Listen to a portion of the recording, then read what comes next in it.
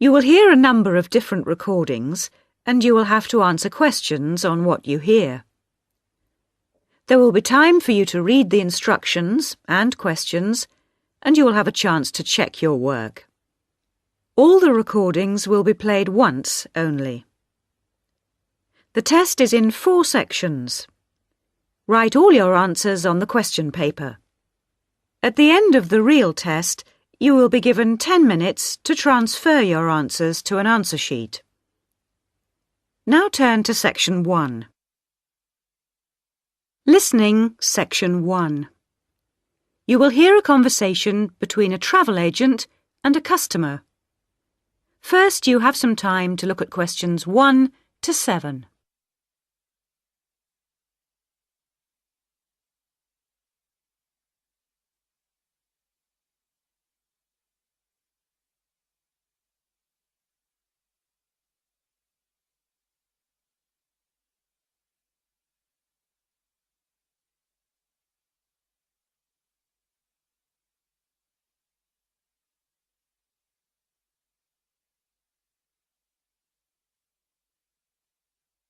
You will see that there is an example that has been done for you.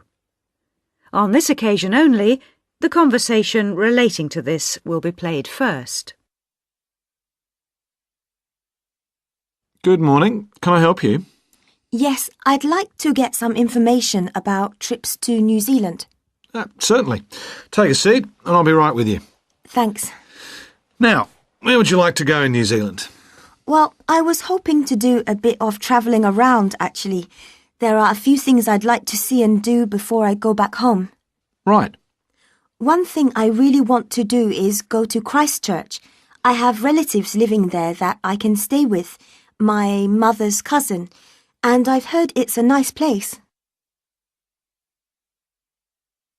The woman says she has relatives living there. So the first activity, visit family, has been circled. Now we shall begin. You should answer the questions as you listen, because you will not hear the recording a second time. Listen carefully and answer questions 1 to 7. Good morning. Can I help you?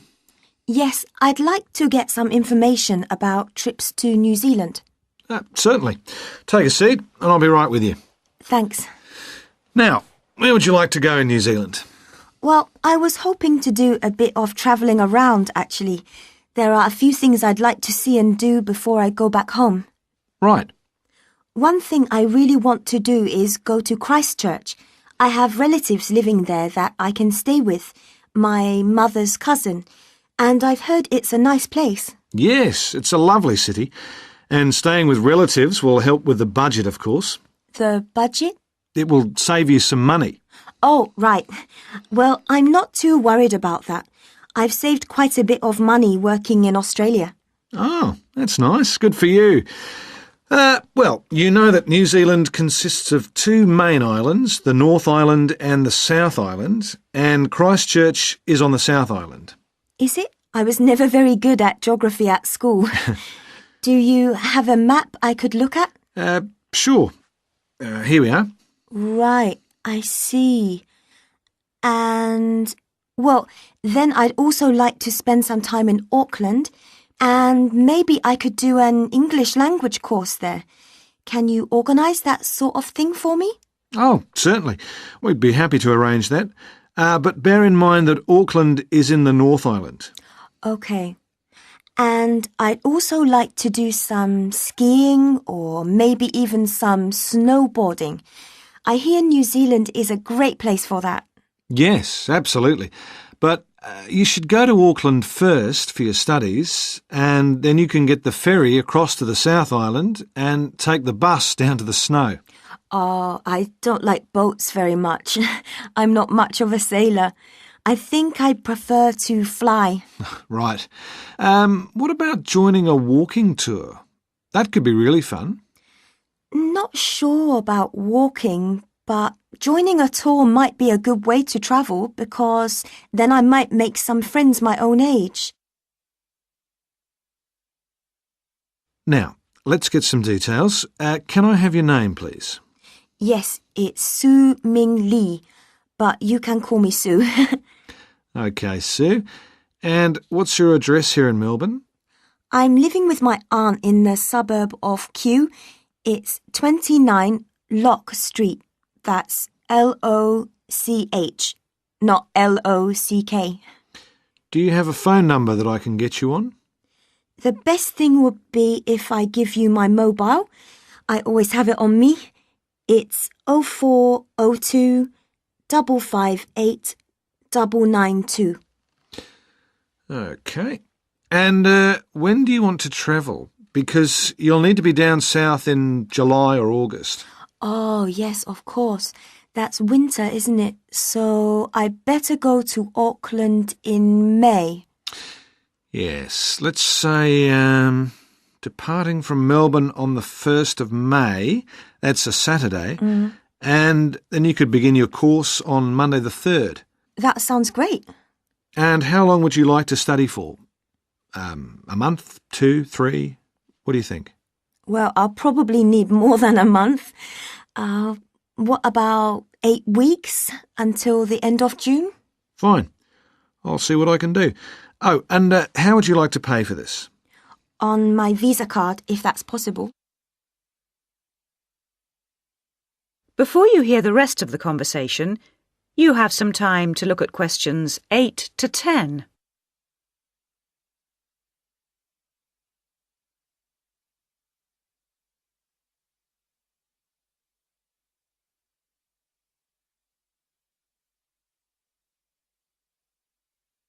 Now listen and answer questions 8 to 10. Hello, Sue. It's Angelo from Cosmos Travel here. I've booked your flight and I've found you an English college called the Harbour Language Centre. Great. Where exactly is that? Well, have you got that little map I gave you yesterday? Yes? You see where the harbour is with the 3 wharves and the water?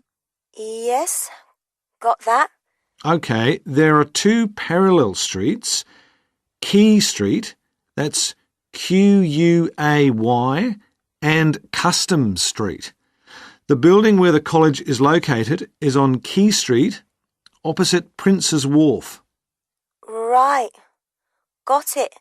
And what about accommodation? Well, I've booked you into a hotel for the first 3 nights, and then the accommodation officer will find you a family to live with. Good. And where's the hotel? It's a short walk from the college, on the corner of Queen Street and City Road. Which corner exactly? On the left-hand side as we're looking at the map. OK, near the little park. Yes, that's right. And what about a good bookshop? I'm going to need to buy a dictionary and some English books. Yes, well, I believe there's a really good language bookshop on the corner of Customs Street and Queen Street. It's near the college, so that's pretty convenient. Thank you so much. You've been really helpful. That is the end of section 1. You now have half a minute to check your answers.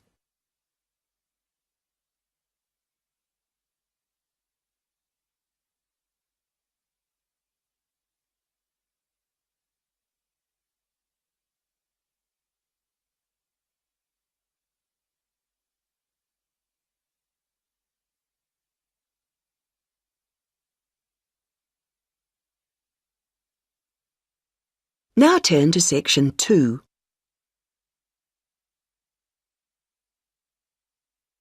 Section 2. You will hear a talk about Runwell, a charity that raises money by organising running races.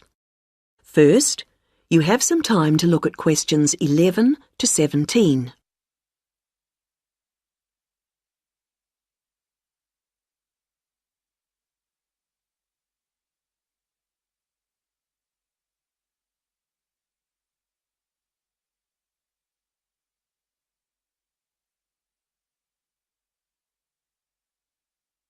Now listen to the first part of the talk and answer questions 11 to 17. I'm very pleased to have this opportunity to tell you something about the Run Well charity and the work we do. I'll give a brief overview of what we do, and I hope you may be able to help, and then there'll be time for questions at the end. Runwell's founder, Mike Hughes, took up long-distance running in 1987, raising money by doing sponsored half marathons, and in 1992 established the charity as we know it today. By 1997, the runs were being filmed by local TV, and today they appear on national TV every year. All the funds collected by Runwell go to the hospital, with the idea that those fit enough to run use their energy to assist the provision of people who are unwell for whatever reason.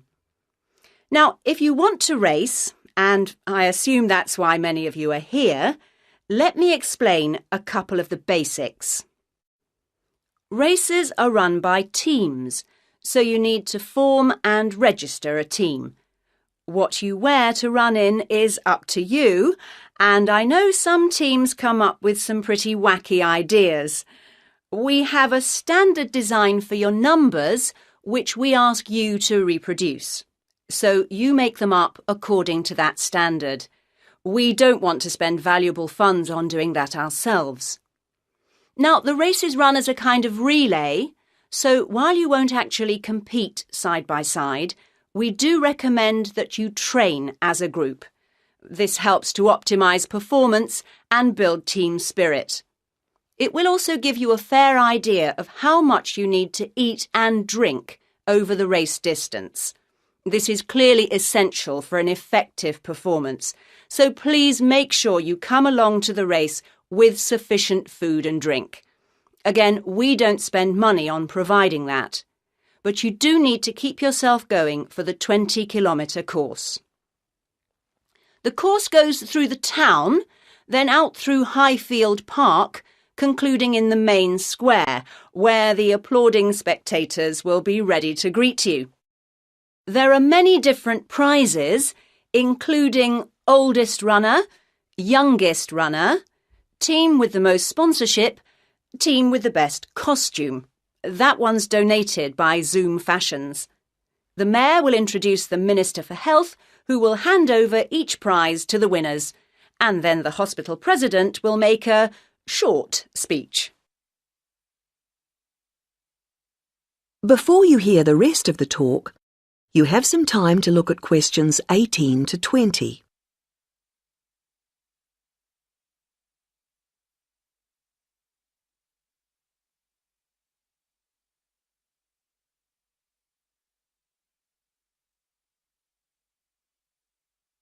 Now listen and answer questions 18 to 20. OK, that's the big race. But I know there are many people who don't feel they are up to running a 20-kilometre race, but who would nevertheless like to raise money for Run Well. Over the years, we've had experience of many ways of trying to collect money, some very successful, others less so. Now, of course, 20 kilometres is too far for children to run. But there was a sponsored swimming event at the local school last year, and that did very well. People have also tried to organise food-based events, such as selling homemade cakes and bread and so on at the market. And there was a large picnic arranged in 4 Bright Gardens, although these events failed to justify the efforts put into them, though I'm sure they were very tasty. These days, so many people are out at work all day that going from house to collect money isn't very effective. But it is possible to raise useful funds by selling small promotional items, such as badges with the Run Well motif on them. We're currently checking to see if postcards, perhaps showing the race's winners each year, might also be a good idea or not. We do appreciate the efforts that have gone into selling second-hand goods, but to be honest, the returns have not been very high on this. One very dedicated group organised a team quiz recently, which went very well, and it would be good to see more such activities. There's also been talk of a concert, but we'll have to see how plans for that progress. Now, are there any questions at this stage? That is the end of section 2. You now have half a minute to check your answers.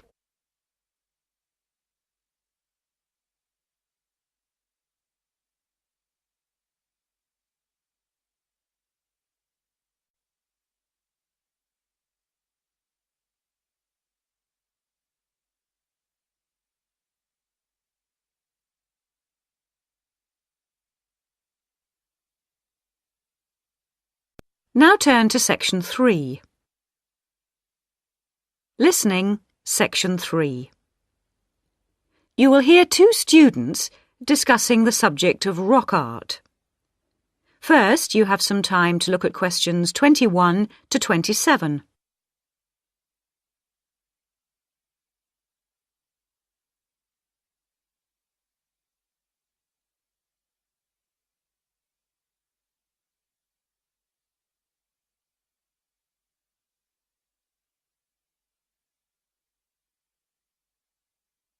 Now listen carefully and answer questions 21 to 27.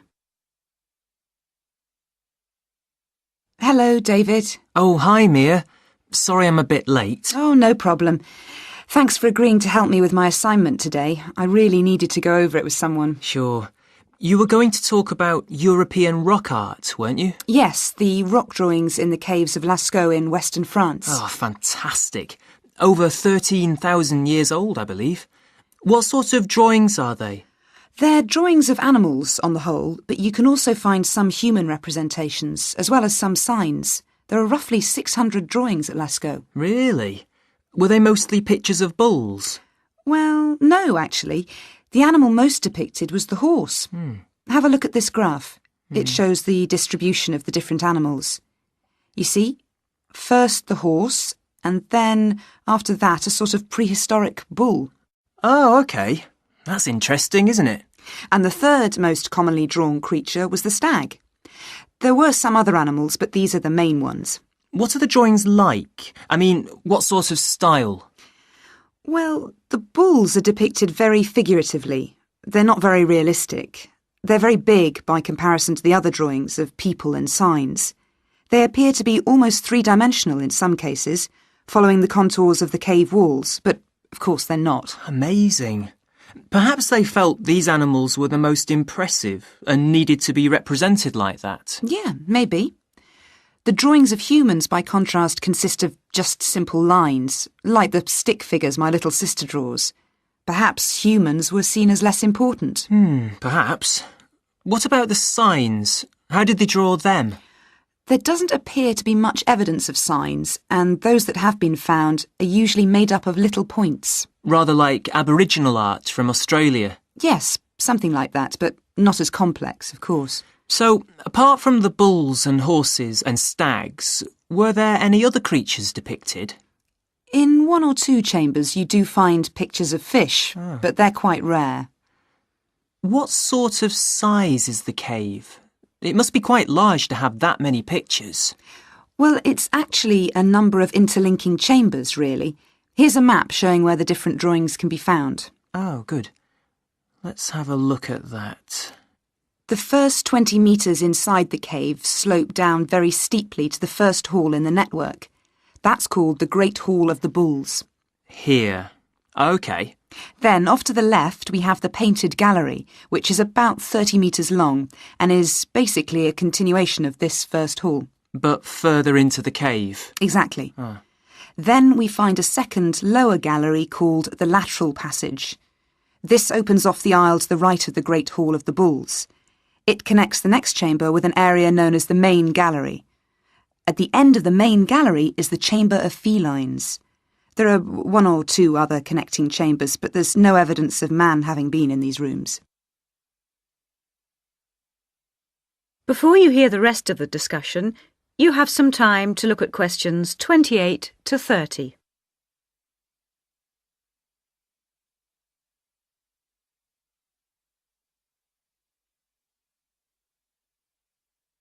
Now listen and answer questions 28 to 30. Is the cave open to the public today? Well, no, because after the initial discovery in 1940, it was opened and literally millions of people came through to see the drawings. Then, in the 50s, the experts started to worry about the damage being done to the drawings, and the government finally closed the Lascaux cave in 1963. Is that so? It wasn't really the tourists that were doing the harm, but the fact that after thousands of years, the cave was suddenly open to the atmosphere, and so bacteria and fungi started to destroy the pictures. You need a special permit to enter the cave now, and very few people can get that, unless they're scientists or have some official status. It's a shame, but I can see that they had to do something to protect the cave. So that means you can no longer see this rock art. Well, not exactly. What they've done is recreate the drawings in a man-made cave, which you can visit. Oh, brilliant. Yeah, the authorities decided to reproduce the two best sections of the site, so they've created a life-size copy of the Hall of the Bulls and of the painted gallery. It's just a cement shell, which corresponds in shape to the interior of the original. So now you can visit the caves without actually harming any of the 13,000-year-old paintings. That is the end of section 3. You now have half a minute to check your answers.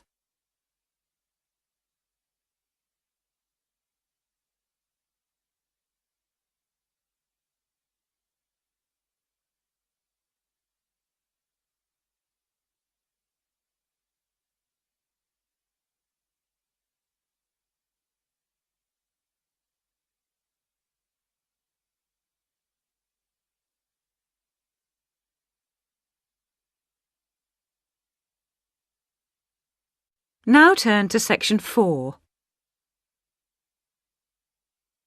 Listening, section 4. You will hear an extract from a university lecture on the topic of marketing. First, you have some time to look at questions 31 to 40.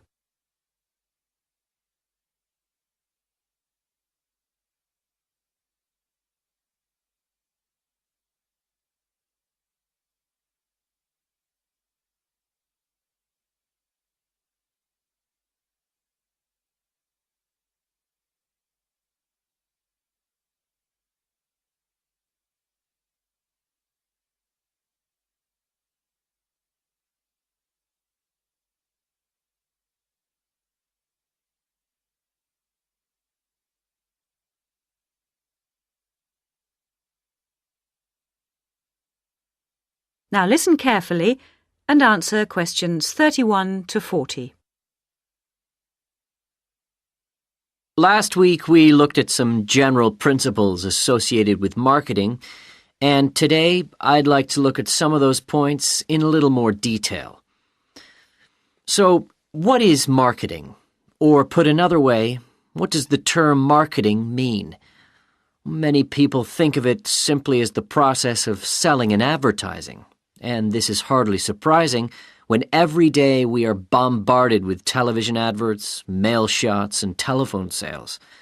But selling and advertising are only two functions of marketing. In fact, marketing, more than any other business function, deals with customers. So perhaps the simplest definition is this one.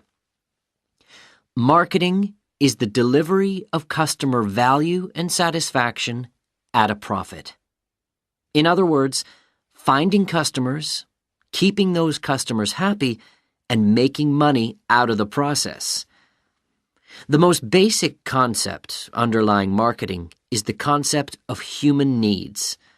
These include basic physical needs for things like food, as well as warmth and safety. And marketers don't invent these needs. They're a basic part of our human makeup. So, besides physical needs, there are also social needs, for instance, the need to belong and to be wanted. And in addition to social needs, we have the need for knowledge and self-expression, often referred to as individual needs. As societies evolve, Members of that society start to see things not so much in terms of what they need, but in terms of what they want. And when people have enough money, these wants become demands.